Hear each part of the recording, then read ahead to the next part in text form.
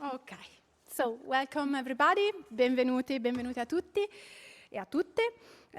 Iniziamo questo panel virtuale e in presenza. We start now a virtual and in-person panel. This is a panel dedicated to the Italian identity in International Migration Museum. Our first speaker is Luis Bergatta. Luis Bergatta comes from a small town near Montevideo made up of peasant families descended from 20th century immigrants, mostly from Italy. He trained as an archaeologist at the Universidades della Repubblica and worked at the Museum of Pre-Columbian and Indigenous Art in Montevideo. And over the years, he began to curate exhibitions, including the first ethnohistorical exhibition and international archaeological exhibition of the country that is called Uruguay in Guarani. The first exhibition was in the Vatican City. His work experience actually leads him to be a museologist with a particular propensity for curating temporary exhibition. He has participated in more than 300 exhibition projects, most of which are socio-exhibition projects.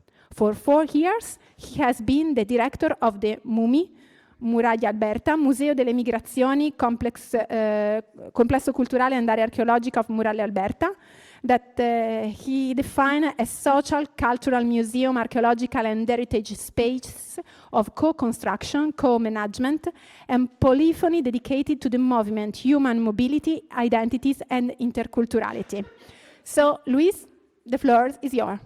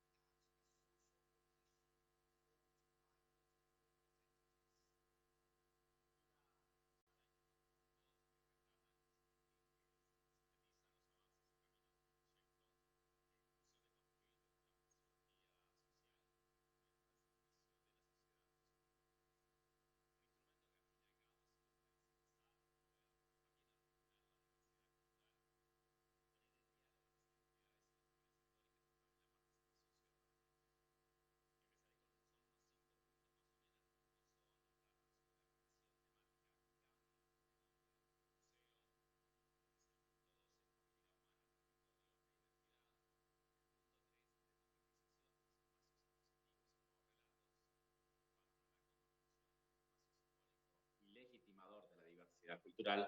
Y el punto número 5, el museo como agente activo y articulador.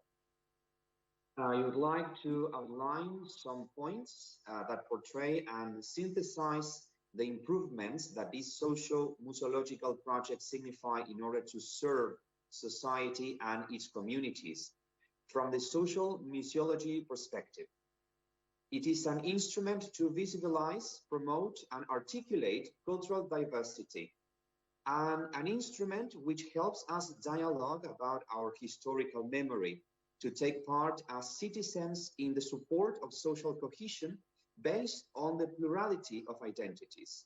This project has 5 main points whose titles I'm going to be telling you in a moment. The first aspect of this instrument is the expansion of the museum's raison d'être and to change its name, that is human mobility, territory, identity, democratization of exhibition spaces and new narratives. Bien. El punto número 1 aborda la ampliación temática y cambio de nombre. En este año contarles que empezamos un proceso político-administrativo dentro de la propia Intendencia de Montevideo para propiciar el cambio de nombre de la institución. Manteniendo nuestra sigla, pasaríamos a denominarnos como Museo de la Movilidad y las Identidades, MUMI. Con este cambio estaremos incorporando otras formas de movilidades que sucedieron en el territorio y que son fundamentales para nuestra sociedad, conocerlas en el presente, además de resaltar la relación siempre presente y profunda entre movimiento e identidad. The first point would be the expansion of the raison d'être and change of the name. This year we began a political administrative process to promote the change of name of the institution, maintaining our acronym, that is MUMI, MUMI. We would rename our museum as the Museum of Mobility and Identities. With this change, we will be incorporating all the forms of mobilities that have occurred in the territory and that are fundamental for our society to know. This would emphasize the importance of the relationship between movement and identity. El segundo punto trata sobre la movilidad humana y la conexión entre la movilidad humana, el territorio y la identidad. El abordaje de la movilidad humana que proponemos va más allá de la migración, entendida básicamente como migración, y de los estados, naciones y sus fronteras actuales o más o menos recientes. Incluye otras formas y toma a los territorios y a las identidades culturales como aspectos indisociables para la comprensión de la historia larga, global y local de toda la humanidad. Una historia sin lugar a duda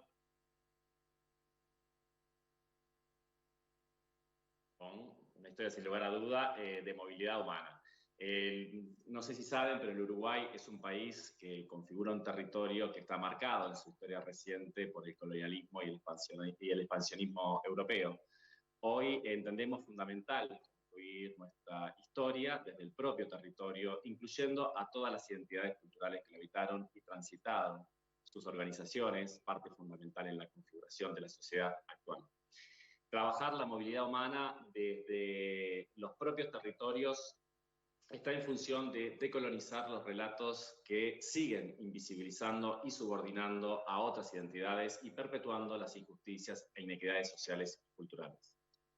Point number 2 would be human mobility, territory, identity. The approach to human mobility that we propose goes beyond migration and nation states and their current or more or less recent geographical borders.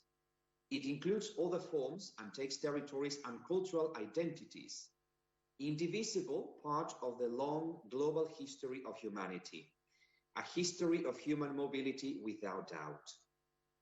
Uruguay, this country, has been marked in its recent history by colonialism and European expansionism.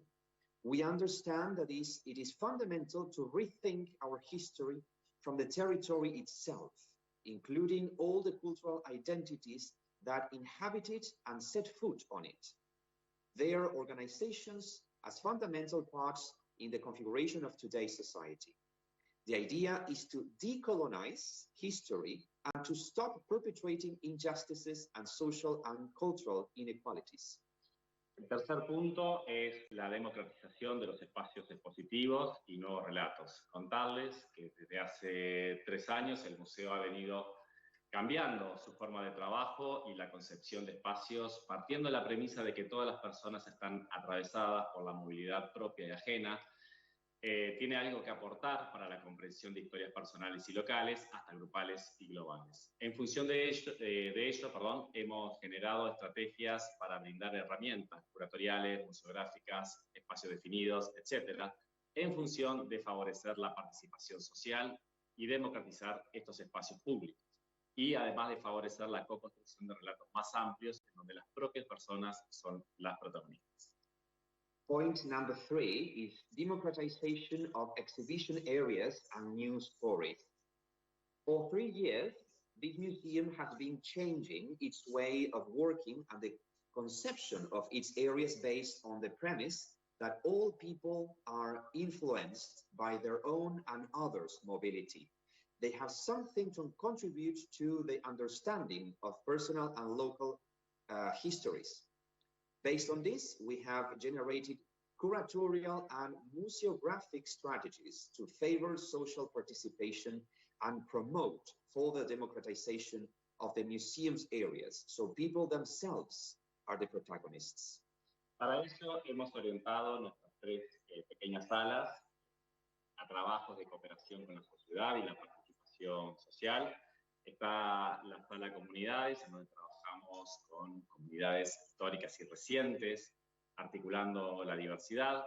Después está la sala central, en donde trabajamos con distintos sectores de la sociedad para visibilizar y reflexionar temas que hacen a la comprensión amplia de la movilidad humana, las migraciones y otras formas también. Y la sala participativa es en donde el museo colabora solamente en recursos y en soporte museográfico. No se responsabiliza o tampoco hace injerencia sobre lo que tiene que ver los temas. Este trabajo de involucramiento social lo realizamos también junto a la Universidad de la República. To do this, we have reorganized our working areas to include social participation. The communities room, for example, where we work with historical and recent communities, articulating diversity. Then there is the central room, where we work with different sectors of society to make visible or to visibilize and reflect on issues that contribute to a broad understanding of movement, mobility, migrations, and other forms. And the participation room, where the staff only collaborate with museographic resources and support. We carry out this work of social involvement along with the University of the Republic. El cuarto punto es la co-construcción de un espacio simbólico y legitimador de la diversidad cultural. El MUMI, desde el año 2011, se encuentra junto al complejo cultural Muralla Abierta en un área arqueológica importante y simbólica de la ciudad. La misma alberga los restos del sistema de fortificaciones de la antigua ciudad colonial de San Felipe y Santiago de Montevideo y otros asociados a la etapa republicana, y todo ese conjunto fue declarado de monumento histórico. Podemos decir que es una antigua frontera colonial que da paso a un gran espacio intercultural público y arqueológico donde se generan y desarrollan, articulan también múltiples expresiones asociadas a la diversidad cultural de nuestra sociedad. Celebraciones de comunidades, históricas recientes, ferias, fiestas, congresos, teatros, realizaciones audiovisuales, performances artísticas, entre otras tantas actividades dedicadas a la movilidad y a las identidades. Point number 4 is the creation of a symbolic and legitimizing space for cultural diversity since 2011. The MUMI Museum has been located next to the Muralla Abierta Cultural Center, an important and symbolic archaeological area of the city. It houses remains of the old colonial citadel of the San Felipe and Santiago of Montevideo city, among other elements from the Republican period. All of these declare historical monument. This historical area, which serves as connector between intercultural public heritage and archaeological space hosts different celebrations of communities, both historical and recent. We have fairs and festivals, different congresses, theater plays, audiovisual production, artistic performances, among many other dedicated to mobility and identities. También funcionan programas sociales permanentes o temporales, como la olla popular Ciudad Vieja, destinada a servir un alimento caliente a vecinas y vecinos en contexto de vulnerabilidad alimenticia. Así como programas temporales como Flecha de Vida, de Arco y Flecha, que beneficia a mujeres que padecieron cáncer de mama, un mercado popular, una feria para celíacos, entre otros. Our museum is also committed to addressing pressing social issues such as food insecurity and gender inequality. We have implemented various programs to support our community, including a community kitchen, providing warm, hot meals to vulnerable individuals. And also the program Flechas de Vida, that is Arrows of Lives, which offers support to breast cancer survivors. Additionally, we organize events like farmers markets and fairs dedicated to people with celiac disease. Hasta hace poco había en el espacio patrimonial y museístico un único gran mural que representaba una escena preciosa de la migración en el puerto de Montevideo, en este caso de la migración europea. La semana pasada, y luego de un concurso abierto y público, se incorporaron al espacio dos murales más. Uno sobre la migración reciente latinoamericana y el otro sobre la movilidad forzada y trata esclavista y la identidad afro-uruguaya. Restan concretar en ese espacio simbólico murales sobre los pueblos originarios de este territorio y otros que serán menores sobre migración, campo-ciudad, exilio, migración interplanetaria, etc. In this cultural center, there is a very large mural painted by a local artist, which depicts a scene of European immigration. This is a very lovely mural. However, nowadays we have included two more works of art. After an open public contest, we have added two new murals. One highlighting recent Latin American migration and another depicting forced migration, the slave trade, and Afro-Uruguayan identity. Future plans in relation to this include murals on indigenous peoples, rural to urban migration and exile. Y bueno, el último punto es el punto del museo como agente activo y articulador. Por último, en este punto quería contarles que el museo participa, así como genera y desarrolla múltiples espacios de articulación y de cooperación. Entre estos espacios están los generados por la Universidad de la República del Uruguay para la instalación de un laboratorio de investigación arqueológica, la sede del Centro de Estudios Internacionales Migratorios y próximamente la de un laboratorio de museografía y expografía.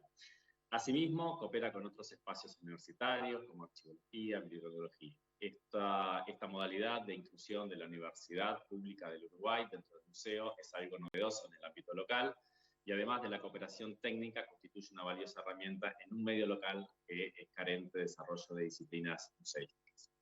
The final point is number 5, is the museum as an active agent and social connector. Finally, the museum participates in, generates, and develops multiple spaces for social articulation and cooperation.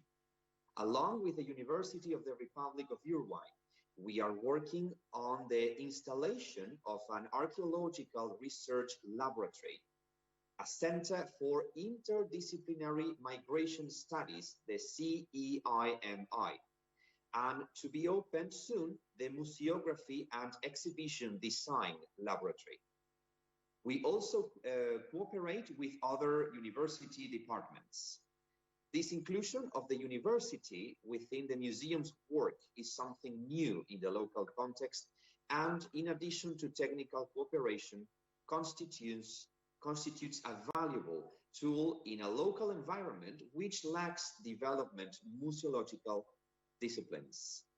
Por otro lado, participa en representación del Departamento de Cultura, del cual depende la institución, y junto a otros departamentos y divisiones de la propia Intendencia de Montevideo, en la comisión o gabinete sobre movilidad. En el mismo, entre gabinetes, se desarrollan políticas públicas dirigidas fundamentalmente a las personas recién inmigradas o migradas al país. On the other hand, this museum represents the Department of Culture together with other departments and divisions of the Montevideo City Council in the Commission or Cabinet on Mobility. This structure develops public policies primarily aimed at people who have recently migrated to the country. Asimismo, el Museo, en el año 2021, crea la mesa organizadora del mes de las migraciones, en la que participa también la Organización Internacional para las Migraciones, OIM-ONU, la Secretaría de Equidad Étnico-Racial y Población Migrante, la Intendencia de Montevideo, el Municipio B y la sociedad civil organizada en la Red de Apoyo al Migrante, un conglomerado de ONG que trabajan con población migrante. Junto a ellos, creamos el mes de las migraciones, que va del 18 de noviembre al 18 de diciembre, que es el Día Internacional de las Personas Migrantes. Un mes que no sabe de fronteras, que constituye una herramienta para la participación social, en donde colectivos, comunidades, centros, espacios de formación, artistas, científicos, población civil, participa con actividades de toda índole sobre la temática en la ciudad de Montevideo. Y ahora en otras partes también del país, en una agenda compartida que posibilita además tener muchas dimensiones sobre la movilidad humana. In 2021, the museum established the organizing committee for the month of migrations, which includes the International Organization for Migration, the IOM, the Secretariat for Ethnic and Racial Equality and Migrant Populations of the Montevideo City Council, Municipality B, and civil society organized in the Migrant Support Network, a group of NGOs working with migrant populations. Together, we created the month of migrations from November 18th to December 18th, International Migrations Day. This month transcends borders and promotes social participation. Collectives, communities, training centers, artists, scientists, and the general public participate with all kinds of activities in the capital and other parts of the country, sharing an agenda aimed at understanding human mobility from different perspectives. Por último, desde noviembre del 2023, el MUMI, junto a la Secretaría de Equidad Étnico-Racial y Población Migrante, ambos de la Intendencia de Montevideo, coordina la unidad temática de cultura de Mercociudades, que es un organismo que nuclea a más de 400 ciudades del espacio cultural del Mercosur, pero también de Latinoamérica. El proyecto presentado, denominado Movilidad y Cultura, está ahora en estado de ejecución y apunta a la realización de un inventario de expresiones culturales asociadas a la movilidad en ciudades de este espacio cultural. Activos culturales que serán visibles en una plataforma virtual en donde las distintas ciudades participantes podrán georreferenciar estos importantes activos de nuestro continente. Finally, since November 2023, the MUMI Museum, together with the Secretariat for Ethnic and Racial Equality and Migrant Populations of the Montevideo City Council, has been coordinating the Technical Culture Unit of Mercociudades. This organization brings together more than 400 cities in the cultural space of Mercosur and Latin America. The presented project, called Mobility and Culture, which is currently underway, aims at create an inventory of cultural expressions associated with mobility in cities within this region. These cultural assets will be visible on a virtual platform where the different participating cities can georeference these important assets of our continent. Hasta aquí mi presentación. Quería aprovechar este espacio con colegas e instituciones hermanas para contar esta suerte de laboratorio que está haciendo el museo, advirtiendo también que todo lo que se ha nombrado se ha realizado en un contexto de recursos siempre muy escaso y que inevitablemente todo lo que estamos aquí sabemos que las fórmulas pueden sostenerse cuando generamos un sistema que sea capaz de ello. Ese será mi gran reto en los 2 próximos años que me queda de dirección. Por falta de imágenes de hoy, les invitamos a ver nuestra página web, www.mumi.montevideo.com, y nuestro Instagram, MUMI Museo, donde podrán ver imágenes y videos de lo hablado en este espacio. To conclude, I wanted to take advantage of this opportunity with the colleagues from related institutions to share all the improvements the museum has been working with. I would also like to point out that everything I have mentioned has been achieved in a context of very limited resources. And inevitably, we all know that formulas can only be sustained when we generate a system capable of doing so. That will be my biggest challenge in the next 2 years of my directorship. We invite you, we don't have images today, so we invite you to check our webpage, www.mumi.montevideo.com, and our Instagram, Museo MUMI, where you can see photos and videos of all our work. Por último, y es algo que hemos conversado con mi colega Nico Bielo, que está ahí presente, a la cual le mando un gran saludo, es la necesidad de generar una red amplia de museos de la movilidad humana, que integre no solo a los museos de las migraciones, inmigraciones y emigraciones, sino también a museos que versen sobre la movilidad forzada, los éxodos, la trata esclavista, y museos de comunidades migrantes también. Para todos, muchísimas gracias, ha sido un placer compartir este espacio con todos ustedes. Finally, and this is something I have discussed with my colleague Mimi Coviello, we can see her from here, and we send her our great hello and regards. There is a need to create a broad network of museums of human mobility, which would include not only migration museums, but also museums focused on forced displacement, exodus, exile, and museums of migrant communities. To all of you, thank you very much.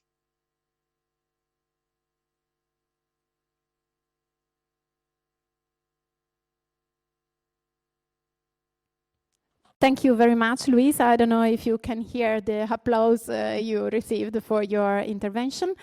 And if you want, you can stay with us and listen to other speakers.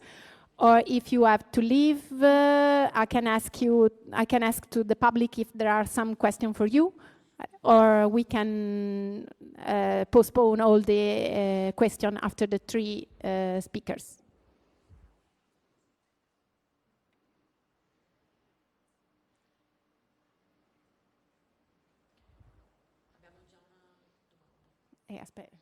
I can't hear you. Okay. Sorry, can you?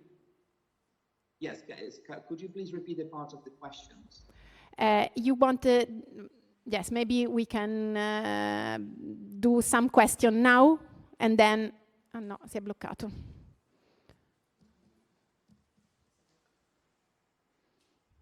Freeze. Freeze.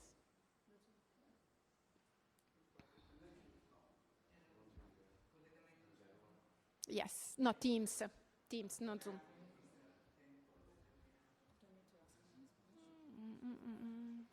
No. No? Okay, you are here with us? Yeah, okay, so there is a question for you. Thank you for your very interesting presentation. My question has to do with the incredible expansion of your mission and your vision. It's almost as if this museum is representing so many things for so many people. I was fascinated with the inclusion of the medical aspects, the breast cancer, the celiac disease. And I was wondering about how this came about. I mean, it's really quite different from the missions of some of the other museums. I mean, I really applaud it because it looks like you're really trying to be as inclusive as possible. but I'm wondering about how you can extend yourself so much, especially with limited resources.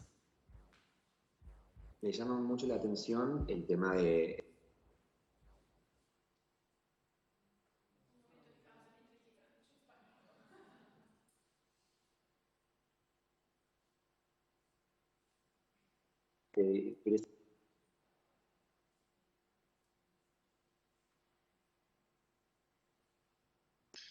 ¿Qué tal? Bueno, muchas gracias, muy linda pregunta.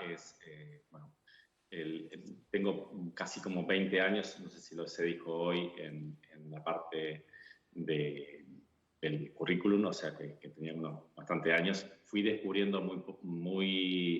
al iniciarme en lo que es el trabajo de museos, el poderoso instrumento que es para empoderar al resto de la ciudadanía. In these 20 years he has been working here, he has found that this museum is a tool for the empowerment of the people here. Justamente en esta etapa, acá en este museo, hay un tema para desarrollar que es universal, o sea, obviamente está en clave local, está en clave territorial, en clave global, hay muchas claves intersubjetivas porque no todo el mundo lo vive y en ese sentido todos tienen algo para decir. Con lo que tiene que ver con las acciones sociales, durante la pandemia, que inició mi gestión, a los 2 meses, o sea, había que hacerse cargo, porque tenemos un espacio sumamente grande en Ciudad Vieja, podíamos colaborar con los vecinos que estaban pasando mal y que hoy siguen pasando mal. Okay, there is this interconnection of different perspectives which articulate the work here in the museum.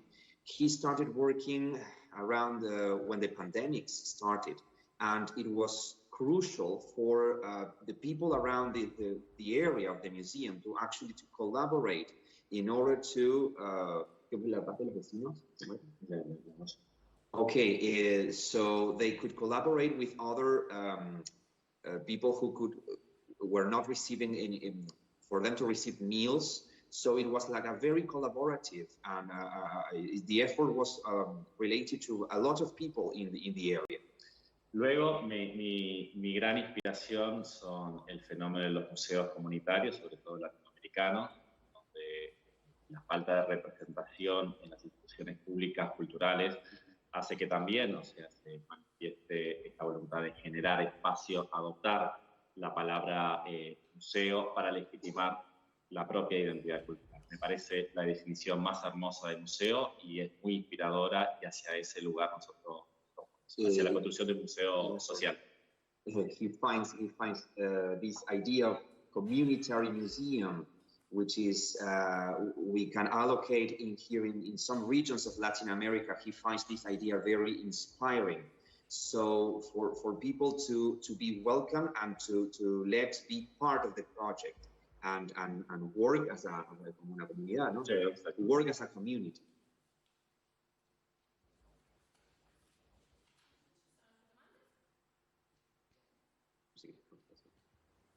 Any other question? No? Okay. So thank you, Luis. Thank you for the translation. Now I have to ask which is the next. Andiamo in loco? Ok. È una domanda. Stefan è pronto o andiamo con lei? Va benissimo. Ok.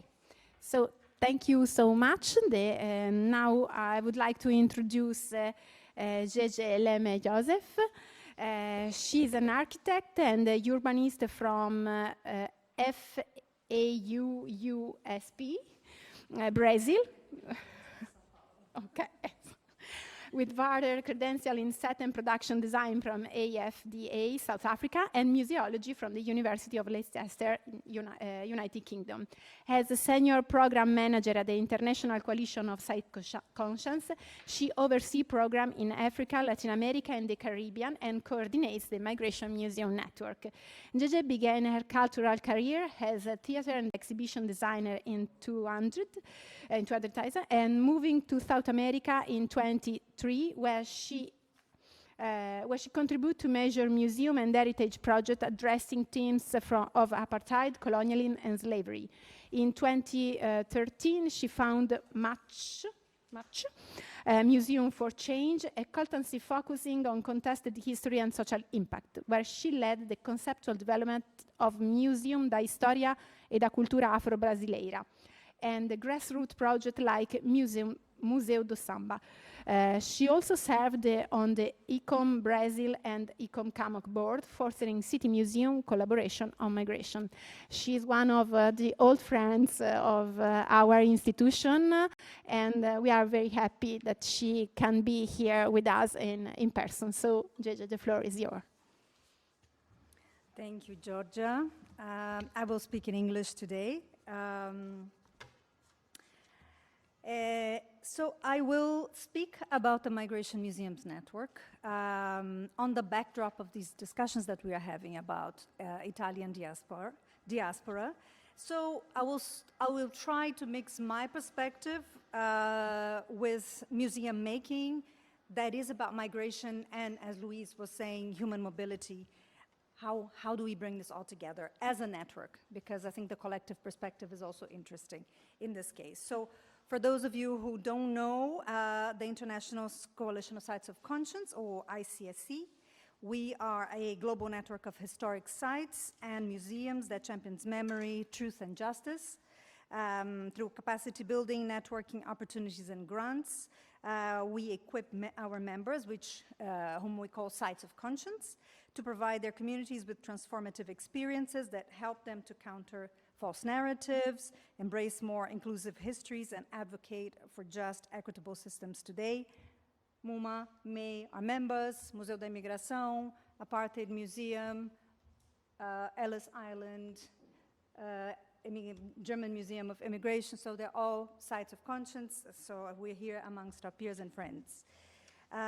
So the Migration Museums Network is a global thematic initiative that we launched as the coalition in 2019, and it brings together like-minded migration museums around the world, aiming at exchanging and strengthening capacities, practices of museums working with migration and human mobility to counter discrimination, racism, and xenophobia, and also to foster equity and inclusion, influence public policies, and protect migrants' rights. So it's a bit on the big spectrum as well, as you were saying, addressing many purposes. And I would have loved to have invited Luis to join the network, because he was saying we need a network, so it would be good.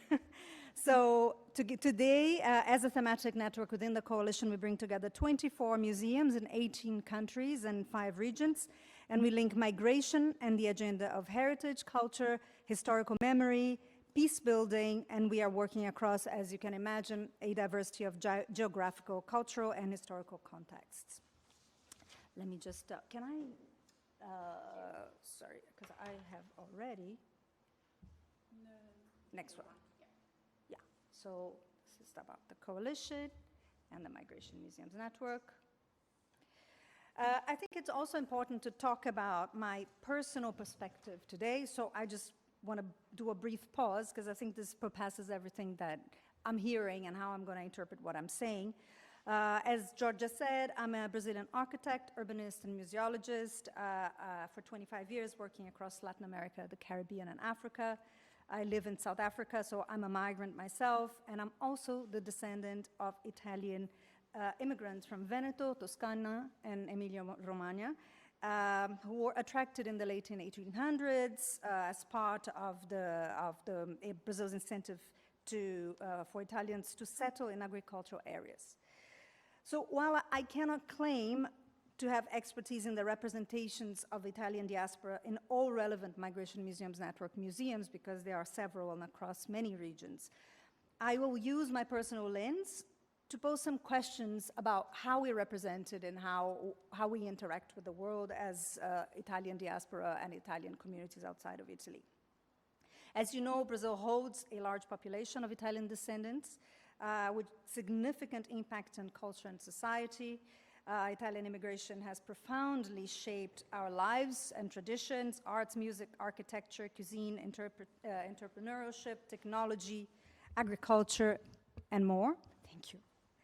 And it's interesting for me, for the first time, to stand here at May, which is a museum dedicated to the perspectives of emigration. So looking at stories like my own family from the point of view of departure, and also of other communities of diasporas around the world. Because as a descendant of Italian immigrants, sometimes our heritage and our histories, they are often romanticized by tales of immigrant hardship, discrimination, exclusion, resilience, and also forging a sense of Italianness within a new and complex cultural fabric. In the 19th century, these incentives by Brazil to European immigrants also responded to an often less discussed agenda to whiten Brazil's then and now predominantly non-European population.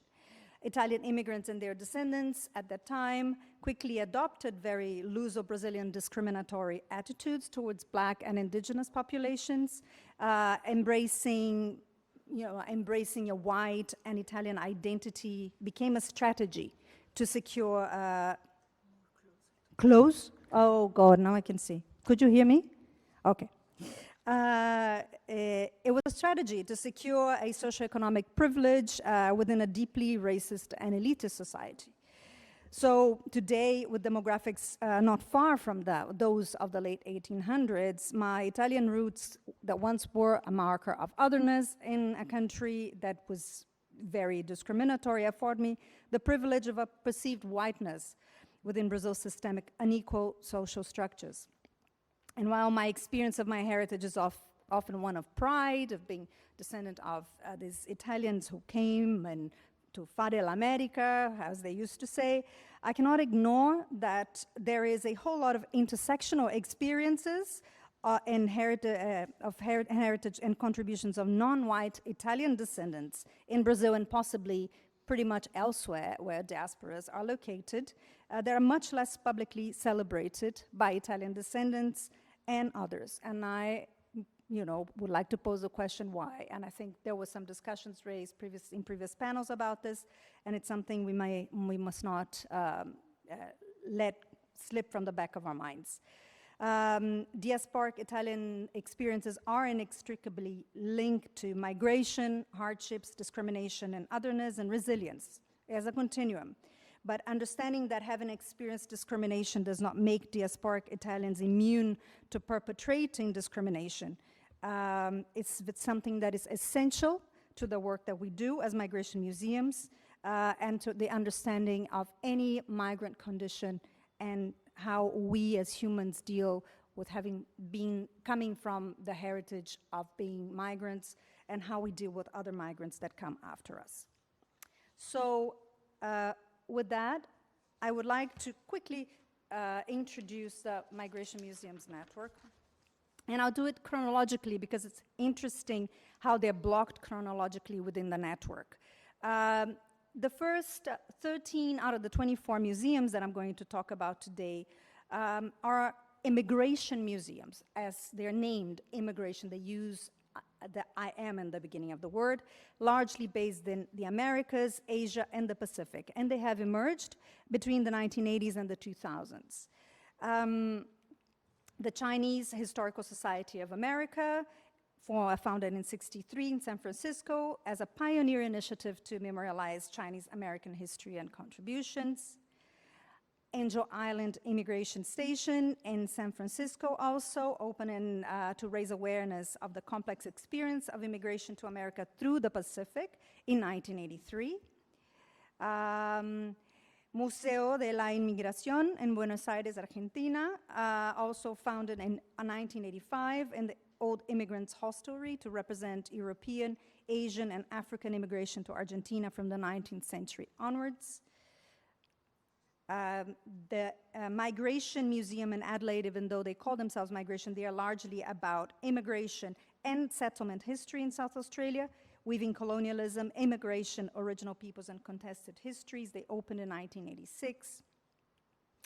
the Wing Luk Museum of the Asian Pacific American Experience, which started in 1987 but opened as a museum in 2008 in Seattle, to showcase the histories and cultures and art of Asian Americans, Native Hawaiians, and Pacific Islanders. And now they're very committed to promoting social and racial equity. The Lower East Side Tenement Museum, founded in '98 in New York, highlights the diverse impact of American immigration through immersive storytelling.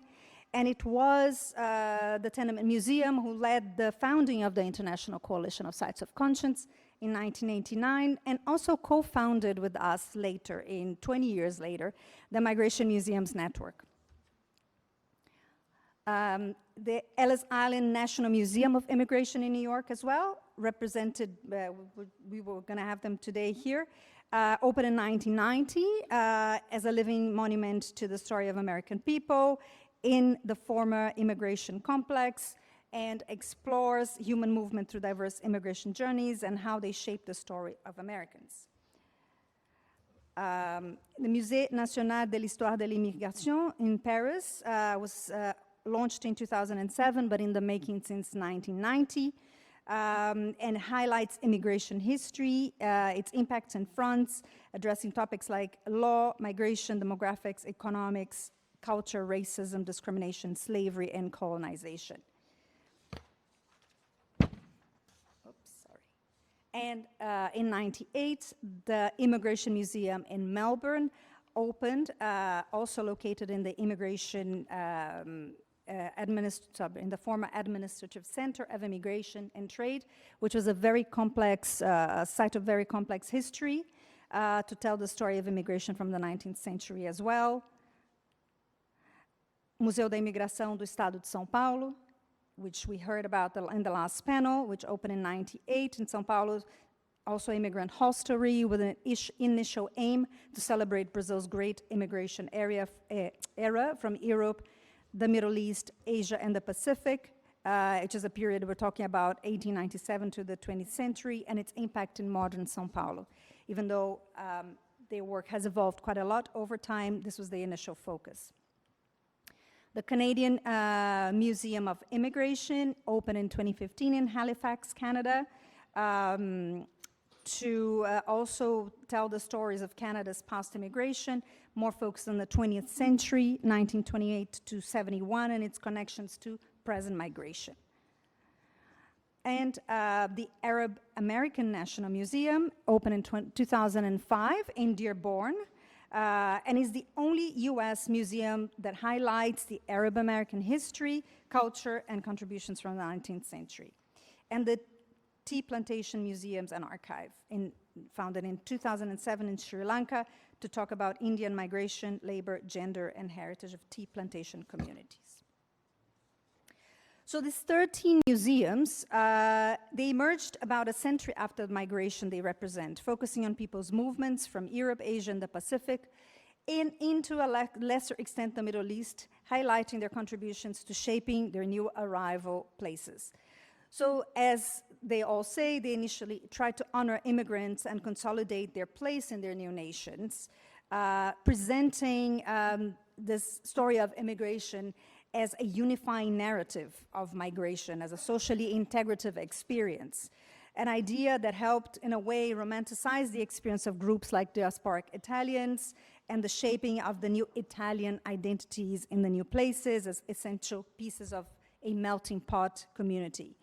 However, these narratives were often also exclusionary. They omitted experiences of marginalized groups like Afro-descendants, indigenous people, and others, themselves victims of forced migration, as our colleague was talking about, and displacement, enslavement, and colonization. They are located in sites that are historically connected to this migration, so they're also quite symbolically exclusionary. And in response to social justice movements, later, these museums began reinterpreting these sites in a more holistic way to address contemporary migration, diverse movements, as well as to explore the connections with difficult histories. So their role expanded, and they became more critical of the complexities of being of the stories that they're dealing with and their responsibilities toward collective well-being. So Italian immigration are presented in museums in Halifax, New York, San Francisco, Seattle, Sao Paulo, Paris, Buenos Aires, Melbourne, and Adelaide, but they're also represented across several immigration and migration museums across Europe and beyond. So immigration museums, called as such, they are more focused on in Europe. They were here and they emerged from 2005 onwards with the German Immigration Center. MUMA also in 2005, I believe, right? Yes. Yeah. The Galata. Yeah, the Galata, and then in 2022, May. Then the Red Star Line Museum, in Antwerp, also opened in 2013, talking about hopes and dreams and immigration through the port of Antwerp, especially towards America, and Immigration Museum, Red Star Line Museum, and Gdynia in Poland, also talking about immigration of Poles worldwide and viewing immigration now as a more dynamic process and how it connects, how the immigration of Poles connects to present-day immigration into Poland. So the 4 immigration museums in our network are all established post-2000, and they are all based in Europe. They highlight hardships faced by immigrants, their resilience, and the impact in the new societies, and also connect back to Europe and emphasize a global circulation of people, past and present, as a dynamic force shaping societies, individuals alike, through time. And they try to deal with challenges of making these connections, while trying not to conflate past immigration with present immigration, because they're contextually different, but how they can learn from each other and use the past to understand the present. And then more recently, migration museums, that's called themselves as such, without the M or the E, they focus on the circulation of people as a continuous process that blurs lines between immigration and migration and focus on human movement. One such museum is Migration Museum in the United Kingdom. It was launched to explore the movement of people and how it shapes Britain's communities and the nation. It tries to address migration as a key contemporary issue, full of complexity in a polarized society, and offer insights into where Britain is going. Migration Migration in Brussels also talks about the role of all migrants shaping Brussels, and is very focused on personal stories and how they. I want to go over. Sorry. And then the last museum that we have as a migration museum is the Phoenix in Rotterdam, which is yet to open in 2025, but it's a very interesting experience because it's the first museum dedicated to telling the story of migration through art, and in a very thematic way, focused on love, on identity and belonging, and the experience of human mobility.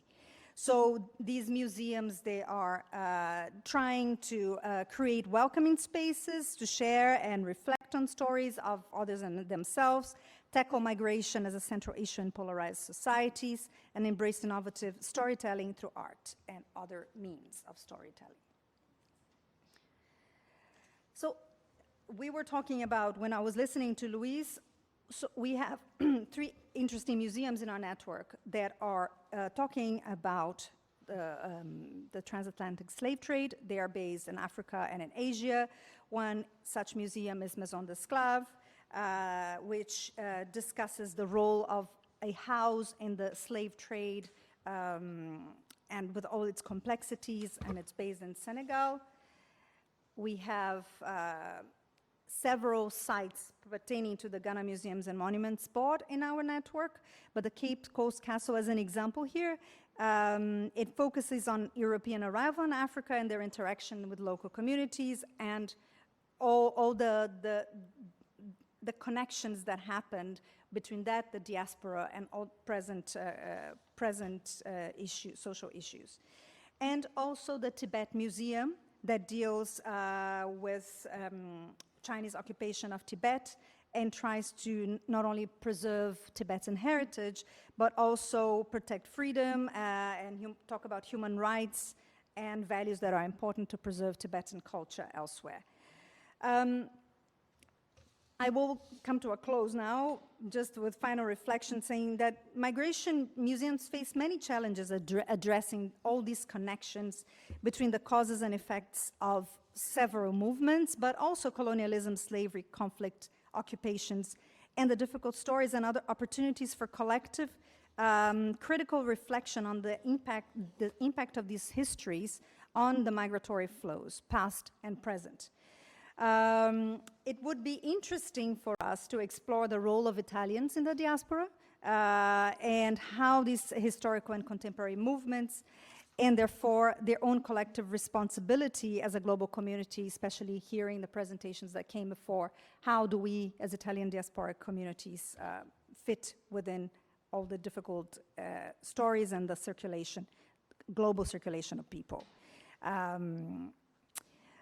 So I will say to close a bit faster that I think these museums that deal with migration, they're a new typology, they're largely 40 years old from onwards.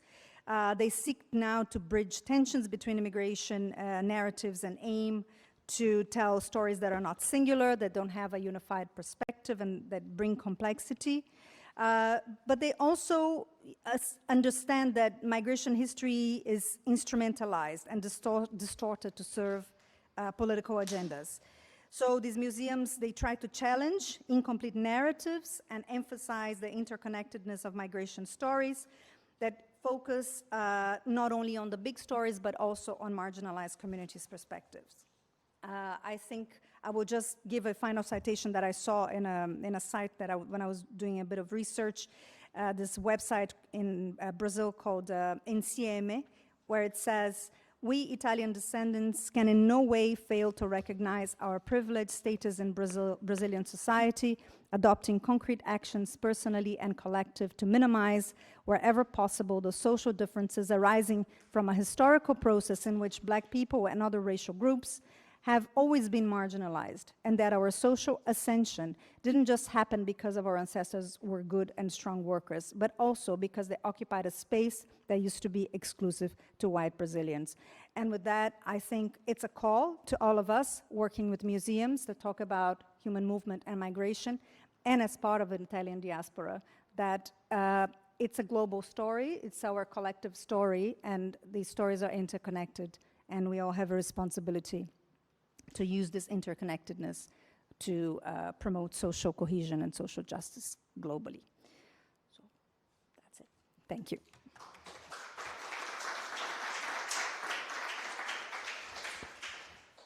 Thank you so much, Gegê. I'm so sorry that Marcelo Huernos is not here now, because this morning he speaks a lot about what his museum is doing on a project about the new identity of Argentina and the Black Argentina and the interaction between different kind of migration in the past and now. And so I would like to ask you if you have some question for Gegê? No? There are no questions? No? Okay. So maybe just one. Yes, perfect. Wait. On the microphone, please. Yeah. Sorry. My name is Elizabeth. It was a wonderful presentation to understand how many of these museums there are in the world and the difference between immigration and migration, which there are differences.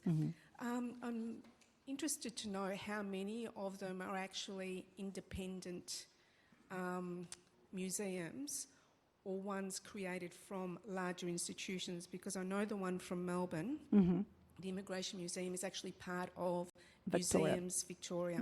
So it's a branch of it. I'd be interested to know how many are independent and ones that are connected to larger institutions.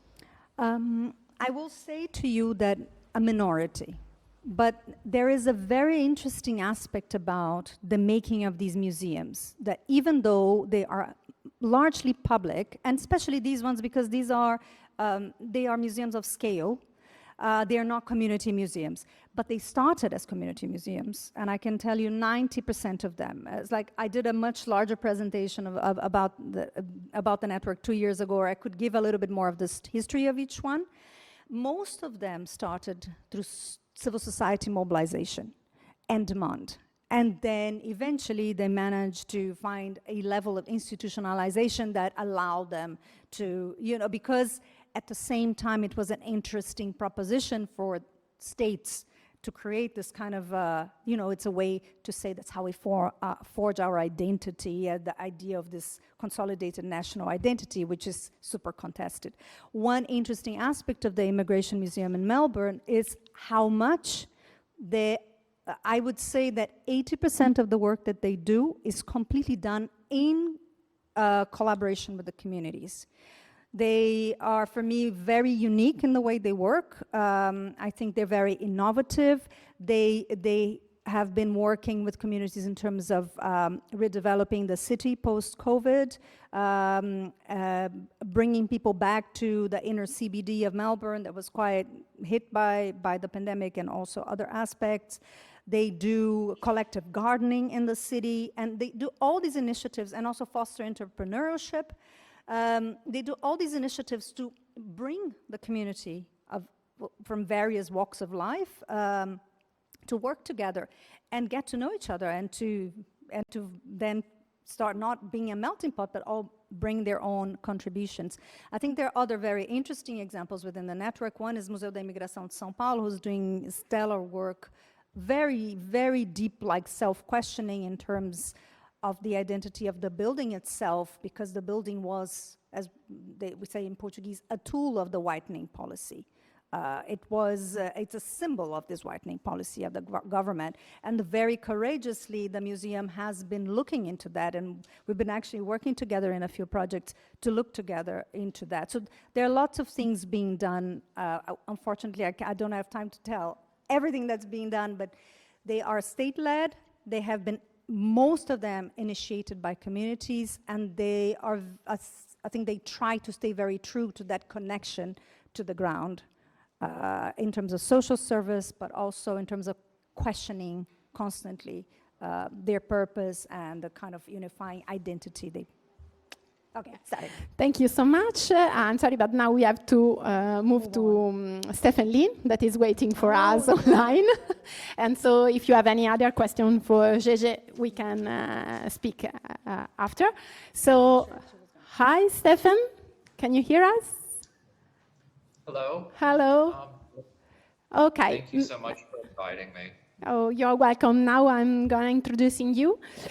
Stephen Lin is director of American Family Migration History Center, the Statue of Liberty Ellis Island Foundation.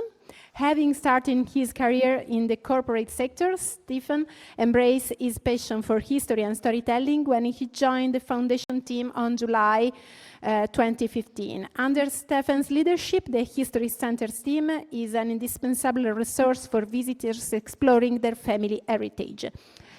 Stephen holds a BA in American history. Armed with a deep knowledge of Ellis Island and the Ellis Island immigrant experience, Stephen is a frequent guest speaker and interview subject for location, national and international media.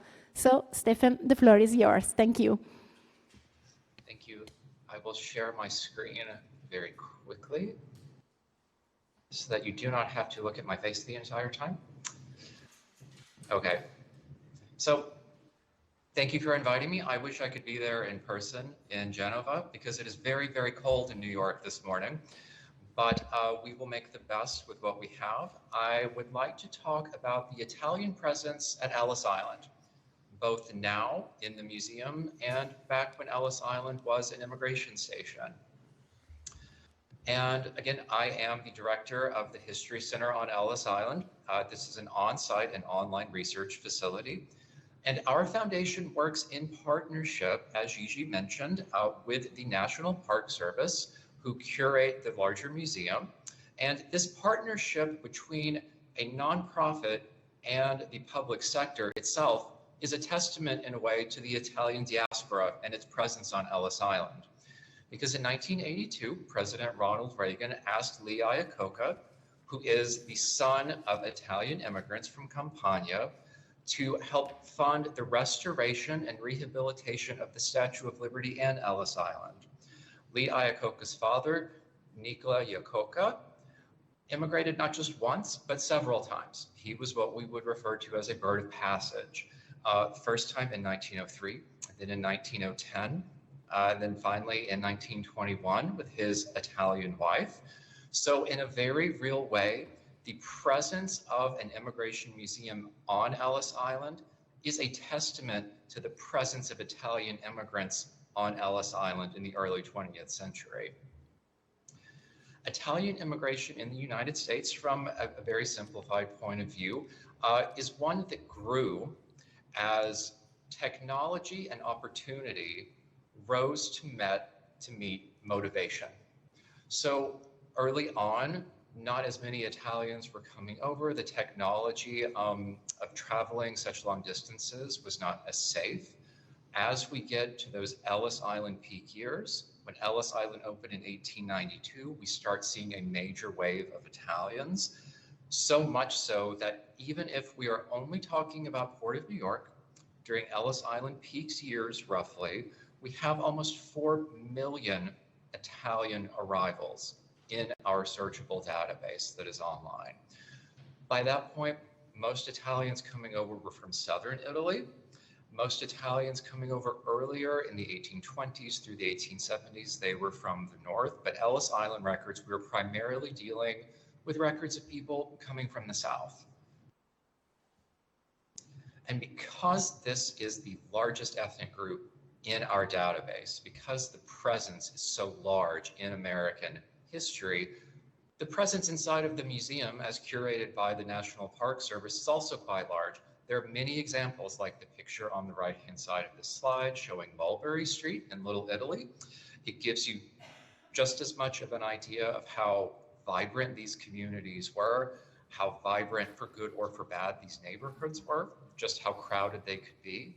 And also, just in the city of New York, we're talking about an overwhelming impact from a community and a diaspora. Stephen, sorry. Stephen, sorry. Oh, sorry. We can see only the first slide of your presentation.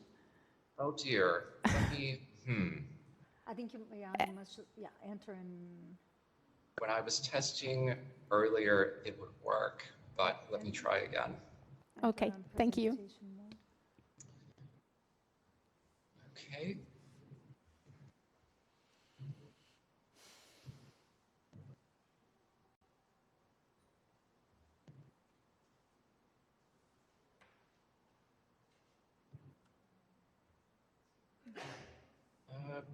Can we see the slides moving from one page to another now? Or is only the first slide? No, we are on the third slide now. But and can you see when I move to the next page? Try to move the next page. Okay.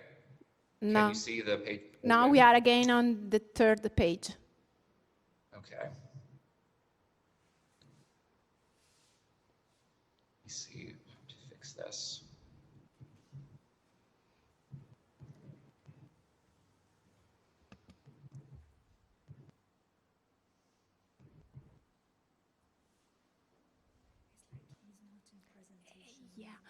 It seems you are not in the presentation mode.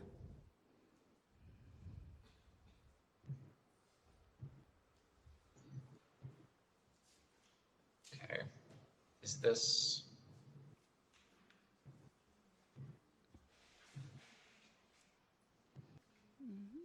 Do the slides move now? From one to the other? We see your mouse moving. But we are still... But not the actual...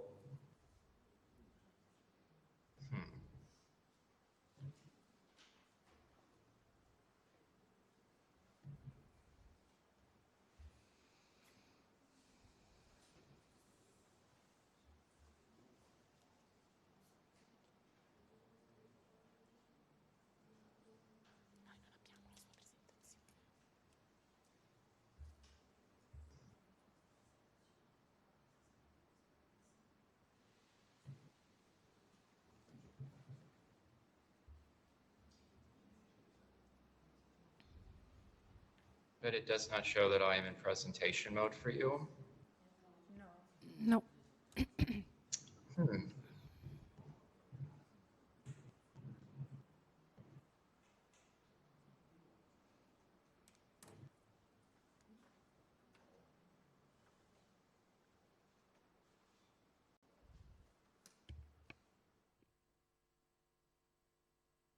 Wonder if... Okay, so Stefan, we have your presentation here. We try to share. Okay, And maybe this is you better. just say next slide, please. I can say prossima. Yeah, prossima or next slide is the same. Okay, now we try to share it. Okay, I'm sorry about that, everyone. We did a brief test this morning, but if we go to the third slide.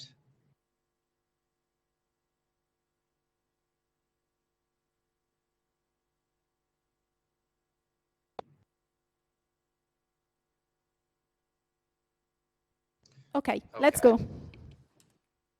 So you can see the third slide with the picture of the man standing in front of the statue. Yeah.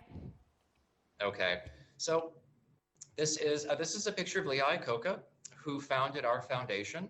The political ethos of that time under President Reagan was to form public-private partnerships.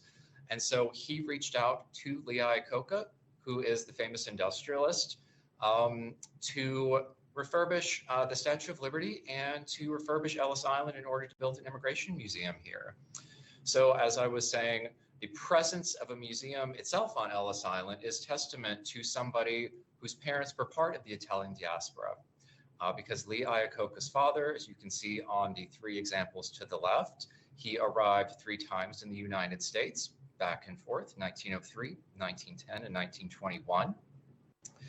So without the Italian diaspora, there would probably not be an Italian presence on Ellis Island in the museum today. And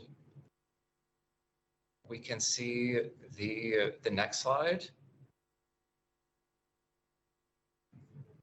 So the Italian wave of immigration became larger during the 19th century as technology and motivation collided. Earlier on, it took much longer, of course, to travel across the Atlantic, so it was not as safe or as convenient. Finally, you have the Ellis Island peak years, when Ellis Island opened in 1892. Ellis Island's largest ethnic group is Italians. Almost 4 million Italians are inside of our searchable database and who were processed at Ellis Island, predominantly from the South. By that point in time, the immigration coming out of Italy was predominantly Southern, and we can talk about that in a couple of more slides. So if we go to the next slide, please. Because this is a very large group in terms of the number of people and because of their influence, their presence inside of the museum is large, both in terms of physical documentation and in talking about the narrative surrounding the Italian diaspora. By 1890, 90% of New York Department of Public Works employees were Italian immigrants. So the roads that we walk on every day here in the city, the pipes that bring us water and heat, these were more likely than not installed by Italian immigrants. And also during those Ellis Island peak years, millions of dollars were being sent back from America to Italy. So it's not just the goods and services and the value that Italian immigrants were adding to the American economy. This also had a reciprocal effect on the Italian economy as well. So by 1920, because of this big wave of Italian immigration, over 10% of the foreign-born US population was Italian.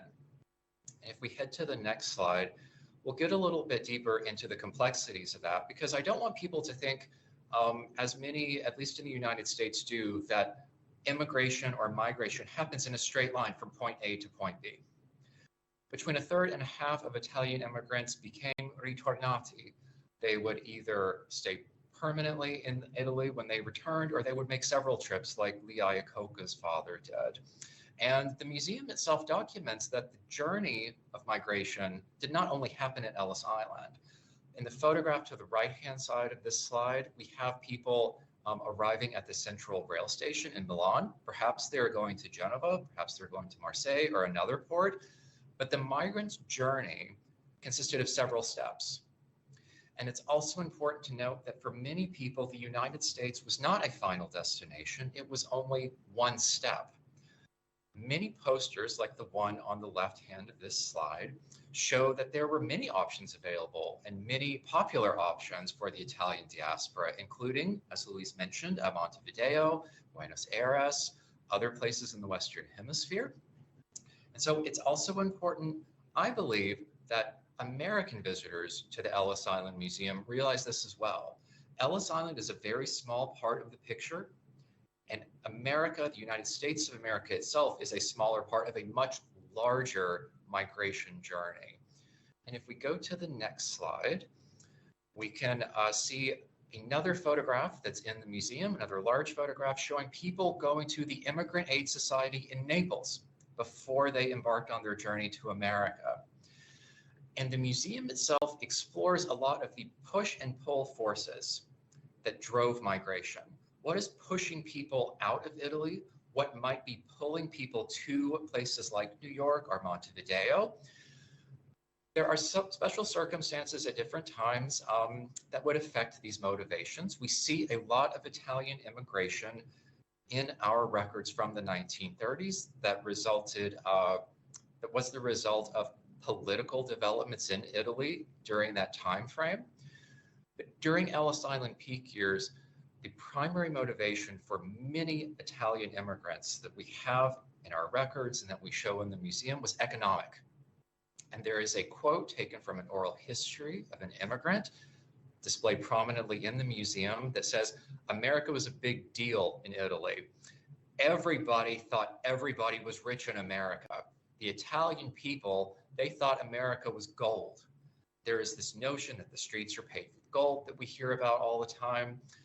And if we go to the next slide, we will understand a little bit better that with any journey, on the other side of hope is often disappointment.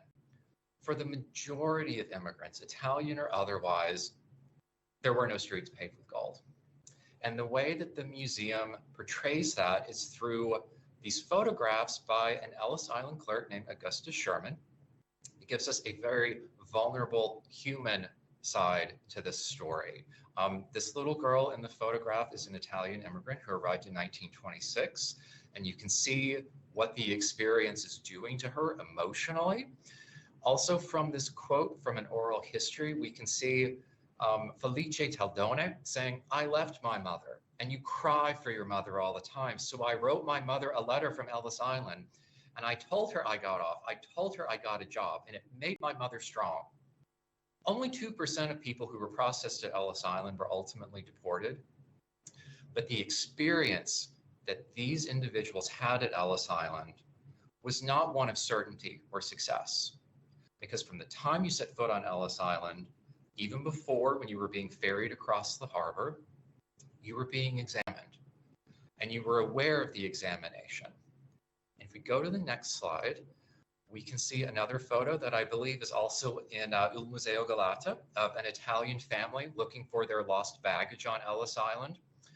And you can see the chaos of traveling with small children. To travel with small children now is not easy, but to travel back then aboard a ship, it must have been quite harrowing for this mother.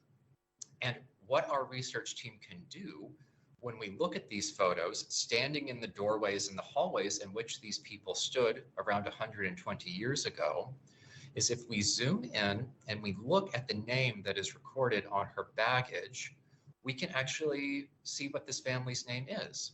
If we go to the next slide, we can see a ship manifest that traveled with this family.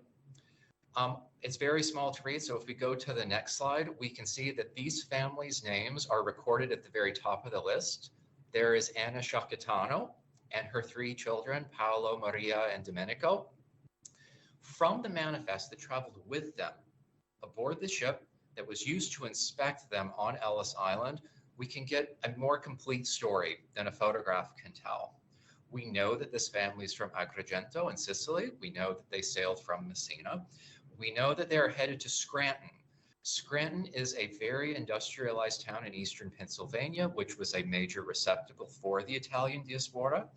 We talked about Lee Iacocca. His family actually immigrated to the same region in Pennsylvania as well. And we can see that this family is traveling with only $5.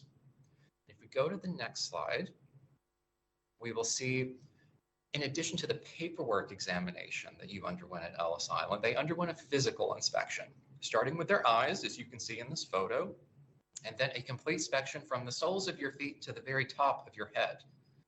And this is where the concept of different national identities come into play, because the American inspectors and the American public had a concept of what it meant to be Italian. This is an overly simplified, romantic idea, similar to what Gegê was talking about. We romanticize and we simplify these identities. And this is a quote from a public health service surgeon who was in charge of inspecting these immigrants. This is an official medical expert speaking on the subject of what happens when they are going through this inspection line at rapid pace. He says, every race has its own type of reaction to inspection. And down towards the bottom of the quote, we see, if the Italian responds to questions as the Russian responds, the former would in all probability be suffering from a depressive psychosis. So if you were an Italian and you were arriving at Ellis Island and you did not match the stereotype or the concept of what it meant to be Italian, if you didn't behave the same way or speak the same way that they were expecting you to, you could be subject to further examination and possible deportation. If we go to the next slide, we'll see that this inspection process Stefan, really sorry, 2 minutes remain for you, okay? Sure, absolutely. Okay, next slide. If we go to the next slide, we can see that there was a much larger prejudice in play. Everybody from the president on down had an idea of what Italians were and how they were different from earlier waves of immigrants, and how they may have changed the concept of what it meant to be American when they arrived. If we head to the next slide, we can see 3 gentlemen who were listed as undesirable because they were suspected of committing crimes of moral turpitude. So we have a lot of conflicting and contradictory ideas about Italian immigrants on view. This is very similar to the message around immigrants today.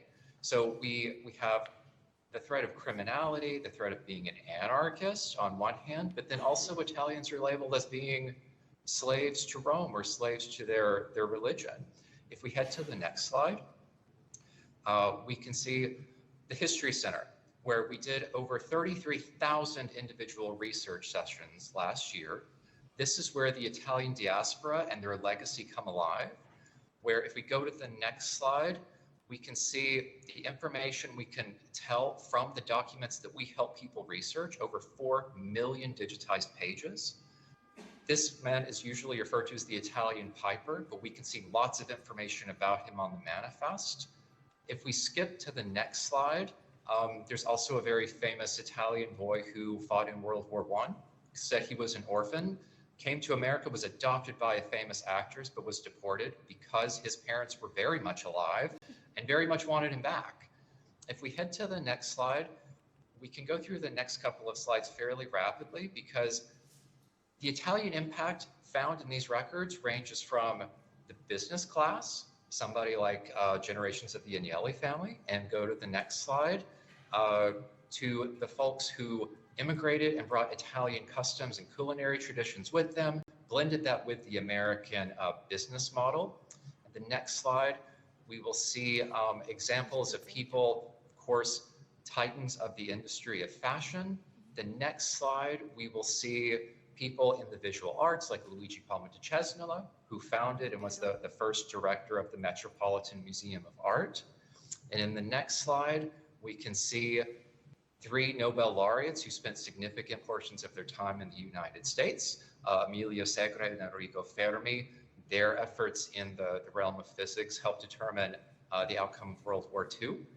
And so we can see that not just the individual examples, but in every field, in every cultural field, scientific, we can see the effects of the Italian diaspora on American society today. And I believe I unfortunately have run out of time, but I'm hoping that in these few minutes I've given you a sense of the expansiveness of the impact and the presence of the Italian diaspora at Ellis Island and beyond.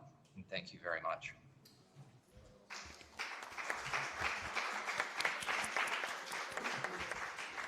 Thank you so much, Stefan. And there is any question? Maybe one question for Stefan? No? Okay. Apologies for the technical difficulties. No. We were late before you start speaking. Don't worry. And so, thank you so much. I find your presentation very interesting. That full in depth in the history of Italian immigration in United States. So, thank you so much, Stefan. Thank you, Luis, and thank you to Gegê to join this panel. And I hope to see you here in Genova or to come and visit you in your museum as soon as possible. And so thank you so much, and see you next time. Bye, thank you. Ciao, ciao.